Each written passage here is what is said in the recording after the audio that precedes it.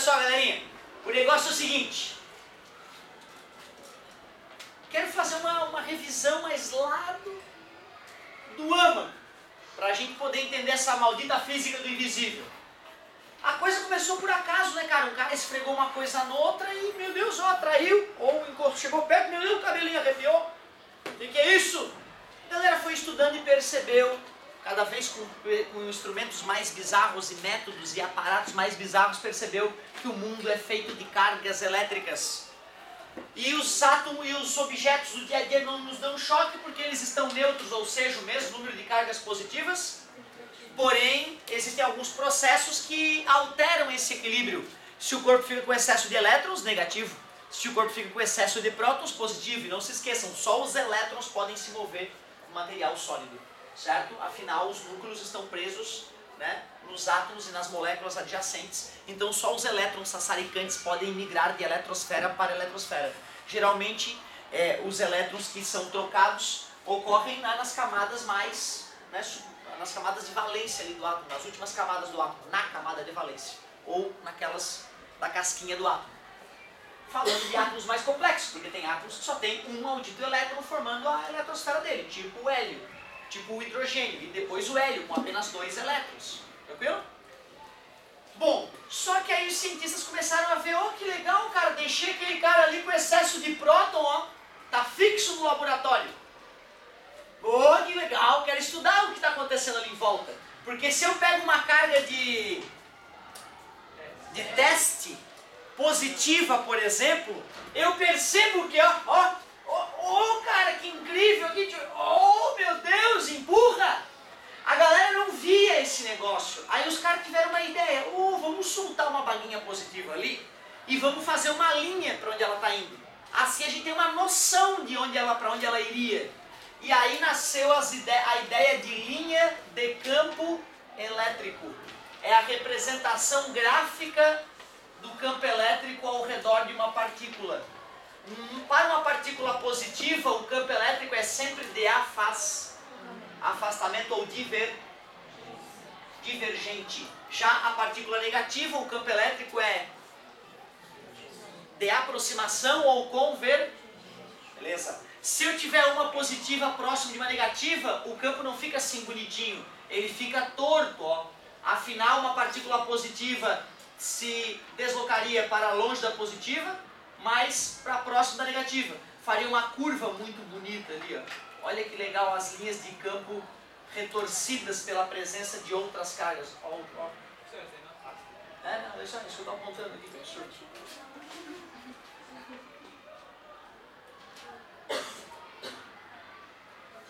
Linhas de campo elétrico, ou chamadas também linhas de força, tranquilo? Se eu coloco uma partícula positiva ali, a força que vai atuar nela é tangente à linha, certo? É tangente à linha. Logo, a aceleração dela, e nesse caso a velocidade dela também seria tangente à linha. Agora, e uma partícula negativa abandonada na linha de campo? O que acontece com ela? Ela vai no sentido oposto, tudo bem? Então, uma partícula negativa ela iria contrariamente à seta. Nada demais, né? Só que não dá para ficar fazendo desenho, não. Não dá para entender Deus ou a natureza desta maneira. Nós temos que testar, medir, duvidar das nossas medidas, testar de novo, publicar nossas ideias, verificar se alguém não acha uma falha nela. E assim a ciência vai engatinhando.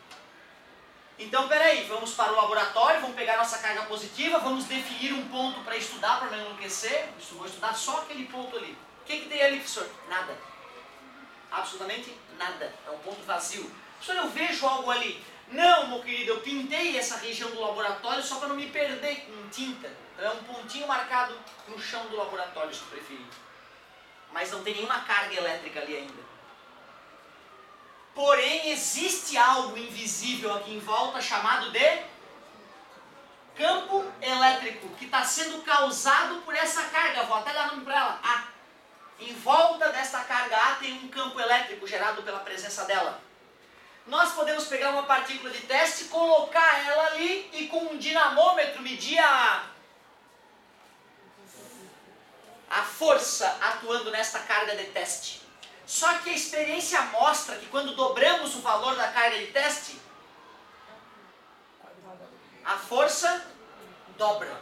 Por incrível que pareça, triplicando o valor da carga de teste, a força triplica. Por isso que os físicos tiveram a ideia de medir o campo elétrico dividindo o valor da força pelo valor da carga.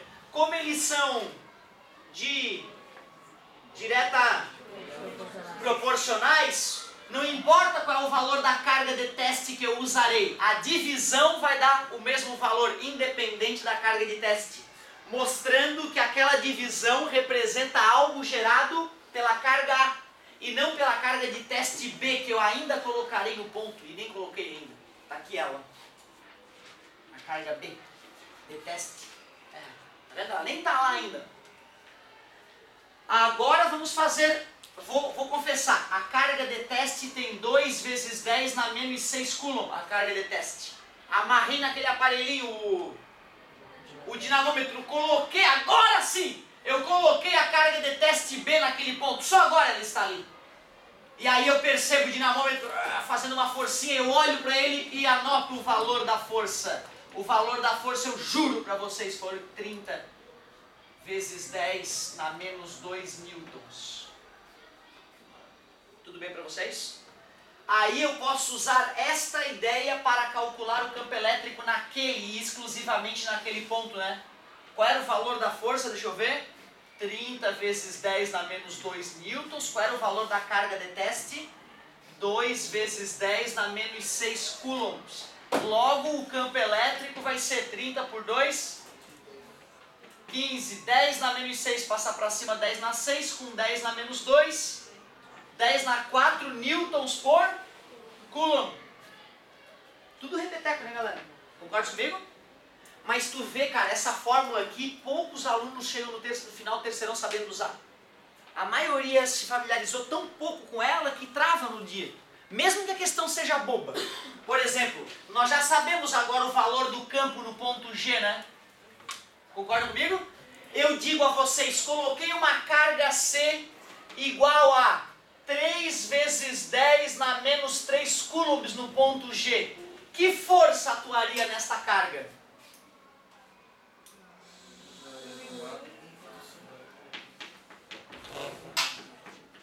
Essa é a fórmula, não é? Eu já não calculei o campo elétrico pela experiência anterior? 5 vezes 10 na 4. Eu quero saber a força que vai atuar uma nova partícula colocada no lugar daquela antiga, não é isso? Está dividindo, passa 45 vezes 10 na 1, ou então 450 newtons. Cacilda, Becker, por que aumentou tanto a força?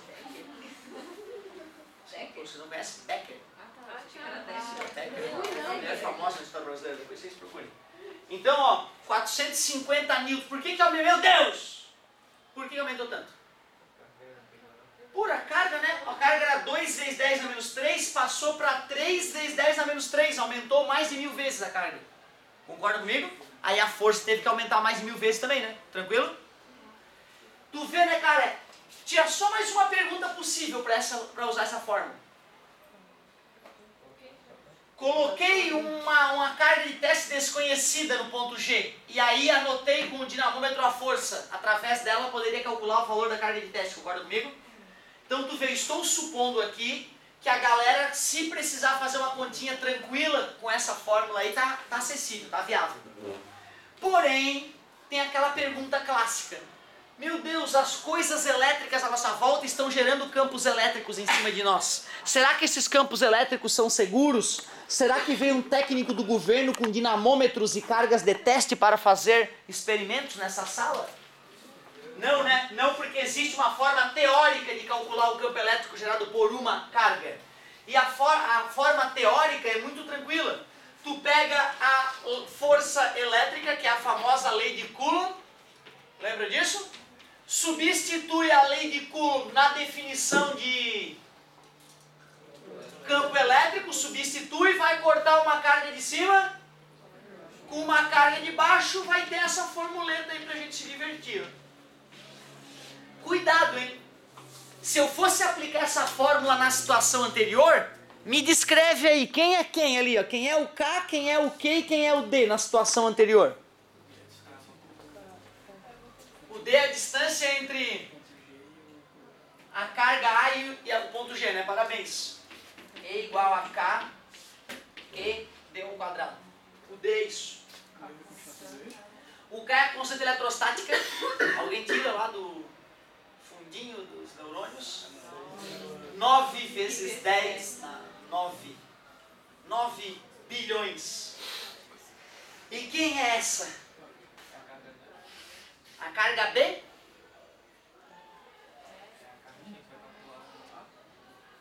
É a carga A, né? É a carga que está gerando o campo, né? Até porque a carga B nesse momento nem existe mais ali, ela nem está ali, né? Não faz nem parte mais da brincadeira. Certo? Esse aqui é o detalhe, né? Observe que aquela carguinha lá a gente chama de Qzinho para lembrar que foi ela que foi colocada momentaneamente embebida em um campo elétrico já existente. A outra fórmula ali já não, é aquela carga lá a gente chama de Qzão para estimular o aluno a lembrar que ela é a carga geradora do campo elétrico. Beleza? E se tiver mais de uma carga gerando campo elétrico, como é que a gente procede? É um vetor campo elétrico, não é? Desenha o vetor de uma, calcula, desenha o vetor da outra, calcula e te vira para somar esses vetores. O pior dos piores seria a lei dos cossenos, certo? Geralmente é Pitágoras no vestibular que a gente precisa. Mas hoje é um pouco diferente, cara. Hoje ele fala de uma coisa um pouco diferente. Claro, ele primeiro mostra as linhas de campo, tudo bem para vocês? Mostra as linhas de campo. Fez um comentário que eu fiz parecido, mas não foi a mesma coisa. Deixa eu fazer uma... Aliás, ele fez mais e mais, fez menos e menos, não fez menos e menos. Então vou fazer menos e menos. A linha de campo aqui é aproximando. Aqui é aproximando. Porém, nesse caso aqui, né, ela tenderia a se aproximar de uma, e se as cargas forem iguais, da outra também, né? Concorda comigo? Então as linhas de campo elas ficam bem bizarras aqui nessa intersecção entre as cargas negativas. Se tu for perceber, bem parecida, né? Lembra a positiva ali, ó. Essas aqui também vão ficar deformadinhas, essas linhas de campo aqui. Todas elas vão ficar meio puxadas para o lado aqui.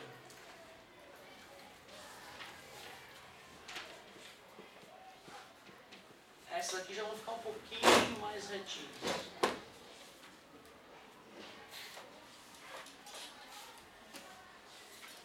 Se eu quiser, isso é uma questão que eu já vi cair no vestibular, cara, por incrível que pareça, para tu ver como às vezes a gente cobra só a base mesmo. Desenhe o vetor campo elétrico no ponto A. Na verdade é só para tu lembrar que o vetor campo elétrico ele é tangente à linha de campo. Certo? Então assim, ó, te juro, cara, já vi esse tipo de pergunta. O cara desenha uma linha de campo elétrico, dá um ponto qualquer e diz lá, represente o vetor campo elétrico no ponto. É assustador. Isso aqui é a linha de campo, na verdade, né? O vetor campo elétrico é aquele ali. Nós já vimos coisa parecida com isso, não vimos? No movimento circular uniforme, a velocidade da pedrinha é sempre tangente à trajetória, não é isso? Aqui é exatamente a mesma ideia, nada demais. Mas para mim não é o importante. O importante aqui é a gente começar a entender o que é potencial elétrico. Cara, toda a ideia de energia que nós trabalhamos no ensino médio vem daquela primeira aula lá do primeiro ano, trabalho de uma força. Força vezes distância vezes cosseno do ângulo. Foi a partir dessa fórmula que nós criamos a fórmula da energia cinética, foi deduzida para vocês, usando física, meu amor, substituindo ali, dando uma trabalhadinha na aceleração, como ΔV sobre ΔT. Foi a partir dessa fórmula que nós fizemos uma pedrinha cair e demonstramos que o trabalho da força-peso fica mg h. Foi a partir dessa fórmula que nós deduzimos a fórmula da energia potencial elástica, que é o kx ao quadrado sobre 2. E para quem esqueceu as deduções e quiser ver, eu acabei de recentemente colocar os videozinhos que esse ano nós estamos fazendo. E geralmente dá uma melhoradinha nas deduções. Hoje eu queria te mostrar um outro tipo de energia relacionado a cargas elétricas. E como vai depender da posição, nada mais justo que chamar de energia potencial elétrica. Imaginem vocês que eu tenho uma carga a única carga elétrica do universo positiva ali presa no além. E eu tenho uma outra carga de teste menorzinha, livre para se mover. Não, a gravidade não está atuando, só existem aquelas duas cargas elétricas no mundo, todas as outras não existem. Vocês aceitam que se eu vou ter que estar segurando para ela não ir embora, né? Certo? Aí eu soltei ela, na hora que eu soltei ela, vai ser similar a isso aqui. Concorda comigo? Vai ser similar, né? Senhor, eu não acredito em ti.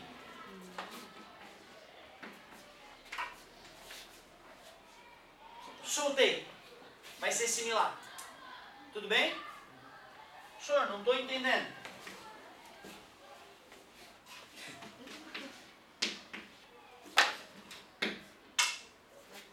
Agora ferrou. Não tem como tu dizer. Concorda comigo? A Terra é positiva, isso aqui é negativo. Tudo bem pra ti?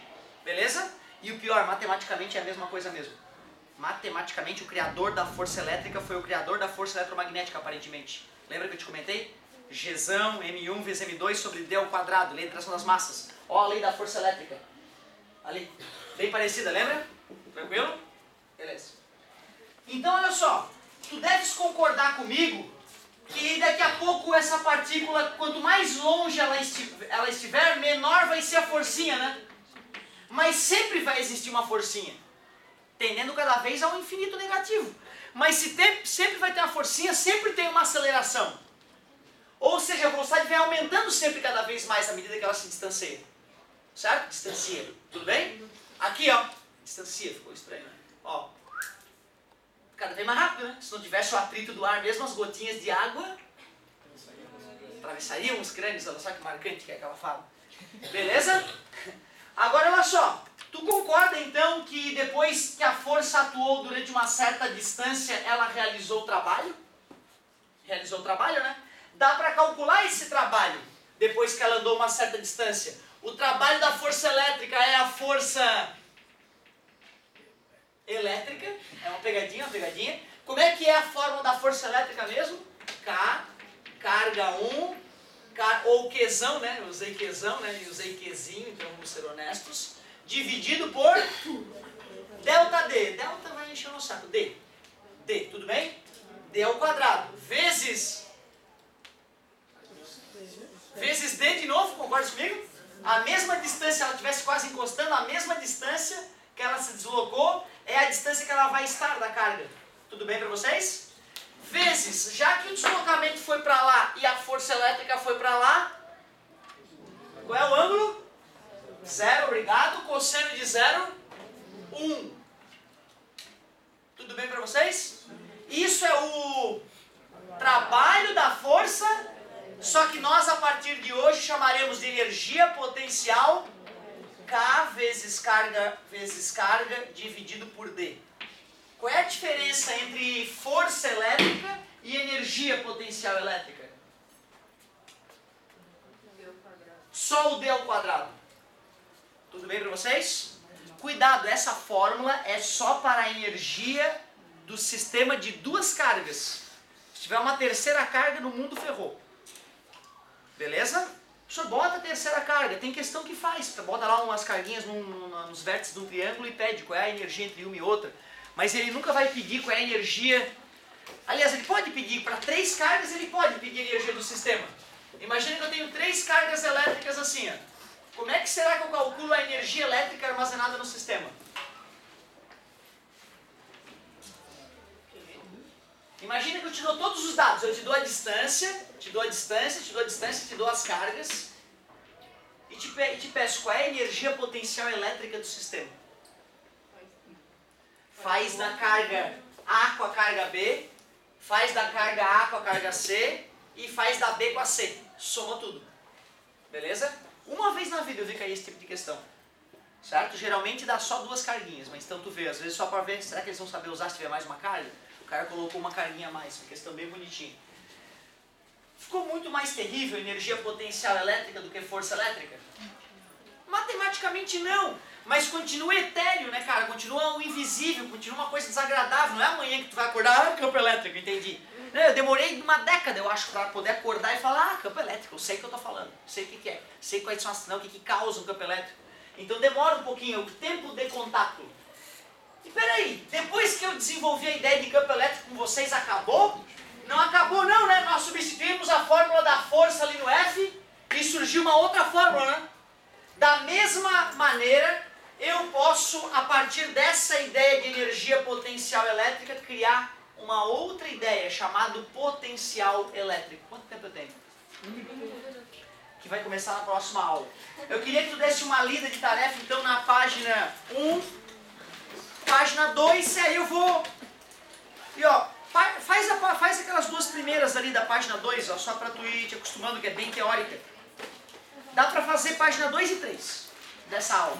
Aí a parte de matemática vamos deixar para depois, certo? Então tu lê página 1 e resolver e ler página 2 e 3. Só isso. Muito obrigado pela paciência e pela atenção.